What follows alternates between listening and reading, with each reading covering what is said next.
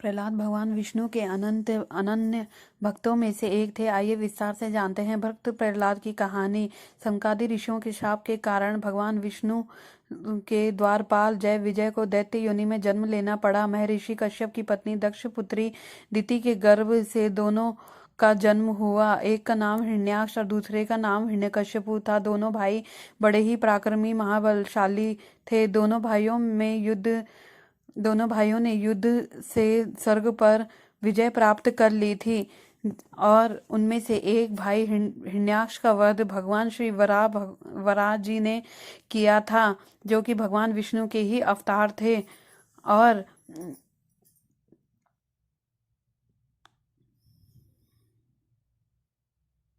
अपने प्रिय भाई हिरण्याक्ष के वध से दुखी होकर हिरण्यकश्यपु ने दैत्यों को प्रजा पर अत्याचार करने की आज्ञा देकर स्वयं मंदराचल पर्वत पर चला गया।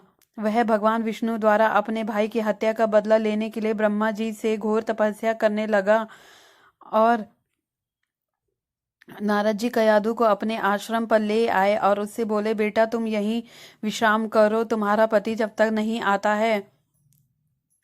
समय होने पर कयाधु ने एक पुत्र को जन्म दिया जिसका नाम प्रहलाद रखा गया। और इधर हिरण्यकश्यपु की तपस्या भी पूरी हो चुकी थी और वह ब्रह्मा जी से मनचाहा वरदान लेकर वापस अपनी राजधानी चला आया और कयाधु भी प्रहलाद को लेकर अपने राजमहल आ गई। जब प्रहलाद जी कुछ बड़े हुए तब हिरण्यकश्यपु ने उनकी शिक्षा की व्यवस्था की और शिक्षा ग्रहण करने लगे। और शिक्षा ग्रहण करते करते उन्होंने अपने पिताजी से बोले, हृदय में स्थित भगवान विष्णु संपूर्ण जगत में है और किसी को कुछ सिखा नहीं सकते। हिरण्यकश्यपु की आज्ञा पाकर उसके सैनिक ने प्रहलाद को अनेक प्रकार का कष्ट पहुंचाने की कोशिश करी और जिसमें वह असफल रहे। तब हिरण्यकश्यपु ने होलिका का आह्वान किया जिसे ना तो अग्नि जला सकती थी और होलिका ने अपनी गोद में बैठाकर प्रहलाद को स्वयं ही नष्ट हो गई। हिरण्यकश्यपु ने प्रहलाद से कहा, रे दुष्ट, जिसके बल पर तू ऐसी भयंकर बातें करता है, तेरा वह ईश्वर कहाँ है? यदि सर्वत्र है तो मुझे दिखाई क्यों नहीं देता?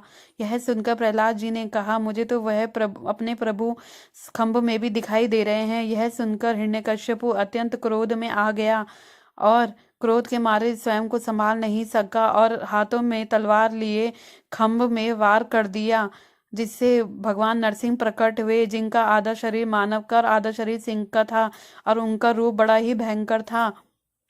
यह देखकर हिरण्यकश्यपु सिंहनाद करता हुआ हाथ में गदा लेकर नरसिंह भगवान पर टूट पड़ा और हिरण्यकश्यपु के साथ लीलाएं करते हुए भगवान नरसिंह ने उसे दबोच लिया और अपने नाखों से उसके कलेजे को फाड़कर पृथ्वी पर पटक दिया। तब पृथ्वी पर पटकने के बाद उनकी क्रोध पूर्वक मुखारती को देखकर किसी को भी उनकी निकट जाने की हिम्मत नहीं हो रही थी। तब प्रहलाद भगवान के समीप जाकर हाथ जोड़कर साष्टांग भूमि पर लेट गए और उनकी स्तुति करने लगे।